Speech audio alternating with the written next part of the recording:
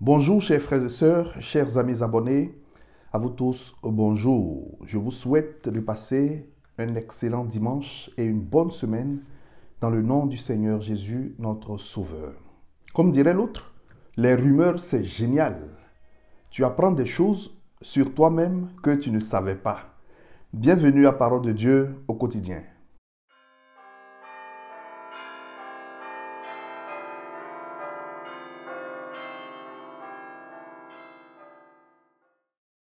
Au nom du Père et du Fils et du Saint-Esprit, Amen. Seigneur Jésus-Christ, accorde-moi la grâce de te découvrir et de te connaître chaque jour. Car mon seul vrai bonheur, c'est de te connaître et de ne vivre que pour toi. Tu es le Messie, le Fils du Dieu vivant. L'apôtre Pierre vient de le dire, de professer cette grande foi dans l'évangile de ce jour. Accorde-moi la grâce de faire cette même expérience et de professer par la foi que tu es le Messie, le Fils du Dieu vivant. À toi la gloire, pour les siècles des siècles. Amen. Gloire au Père et au Fils et au Saint-Esprit, comme il était au commencement, maintenant et toujours, dans les siècles des siècles. Amen. Au nom du Père et du Fils et du Saint-Esprit. Amen. Frères et sœurs bien-aimés, chers amis, nous raffolons des rumeurs. Nous sommes attentifs aux aguets pour capter la moindre nouvelle qui vient de la rue. Jésus voudrait savoir ce que l'opinion publique pense de lui. Dans l'évangile de ce jour tiré de Saint Matthieu, au chapitre 16, les versets 13 à 20, Jésus pose une question à ses disciples. Au dire des gens, qui est le Fils de l'homme? Seigneur, pour les uns, tu es Jean-Baptiste, pour les autres, le prophète Élie, pour d'autres encore, le prophète Jérémie ou un autre prophète. Voilà l'opinion du public, l'opinion de la rue sur Jésus. Mais Jésus ne s'arrête pas là, car il ne se nourrit pas de rumeurs. Il ne se rassasie pas de rumeurs. Jésus attend de ses apôtres, attend de chacun de nous une réponse personnelle, une réponse du cœur, une réponse de foi. Pour vous, qui suis-je? Cette question de Jésus, mes frères et sœurs, doit rester gravée dans nos esprits. C'est une question pour la vie, une question à laquelle nous devons répondre tous les jours de notre vie. La réponse à cette question ne se trouve pas dans nos livres de catéchèse. La réponse à cette question ne se trouve pas dans nos cours bibliques. La réponse à cette question ne se trouve même pas dans nos cours de théologie. Non, ce n'est pas cela. Il ne s'agit pas de donner une réponse d'intelligence, une réponse que nous avons lue dans un livre. Il s'agit bien de donner une réponse personnelle. Il ne s'agit pas de décliner l'identité de Jésus, fils de la Vierge Marie, fils de Joseph. Non, il ne s'agit pas de cela. Car les contemporains de Jésus savaient cela sans le connaître. N'est-ce pas lui, le fils de Joseph, le charpentier? N'est-ce pas lui, le fils de la Vierge Marie? Ses frères, Jacques, Joseph, Simon et Jude, ne vivent-ils pas ici avec nous? Les contemporains de Jésus savaient tout de lui, sans pourtant le connaître.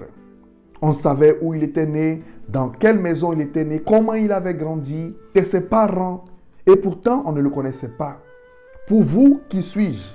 Il ne s'agit pas de réciter un cours de théologie ou un cours de catéchèse. Pour vous, qui suis-je? Au milieu des apôtres, Pierre prend la parole et répond: tu es le Messie, le Fils du Dieu vivant. Comment Pierre est arrivé à faire cette grande profession de foi? Comment Pierre est arrivé à toucher du doigt l'identité même de Jésus? Eh bien, c'est par l'écoute de Jésus, par cette expérience personnelle, cette proximité, ce cœur à cœur avec le Seigneur, qui a conduit Pierre à faire cette expérience. Jésus lui répond: ce n'est ni la chair ni le sang qui te l'ont révélé. Autrement dit, ce n'est pas par la nature humaine que tu fais cette déclaration de foi. C'est mon Père qui est aux cieux qui te l'a révélé. Frères et sœurs, nous sommes appelés à faire cette expérience intime avec le Seigneur. Connaissons-nous vraiment le Seigneur Jésus? Sommes-nous capables de dire que nous connaissons le Seigneur Jésus? Sommes-nous capables de décliner l'identité de Jésus? Autrement dit, sommes-nous capables d'entrer dans cette intimité avec lui pour le toucher du doigt dans ce cœur à cœur et comprendre qui est ce Jésus qui est le Messie, le Fils du Dieu vivant? En théologie, il y a un cours qui se nomme la Christologie. La Christologie a pour finalité de parvenir à la découverte de l'identité de Jésus. Cette découverte ne se fait pas en un jour. C'est une découverte progressive, pas à pas, jour après jour, dans un cheminement continuel avec lui, un cheminement permanent. Et c'est Jésus lui-même qui se découvre à nous. C'est lui qui se laisse toucher, c'est lui qui se laisse voir, c'est lui qui se laisse comprendre et c'est lui qui se laisse saisir. Connaissons-nous vraiment le Seigneur Jésus? Sommes-nous capables de dire que nous connaissons le Seigneur Jésus?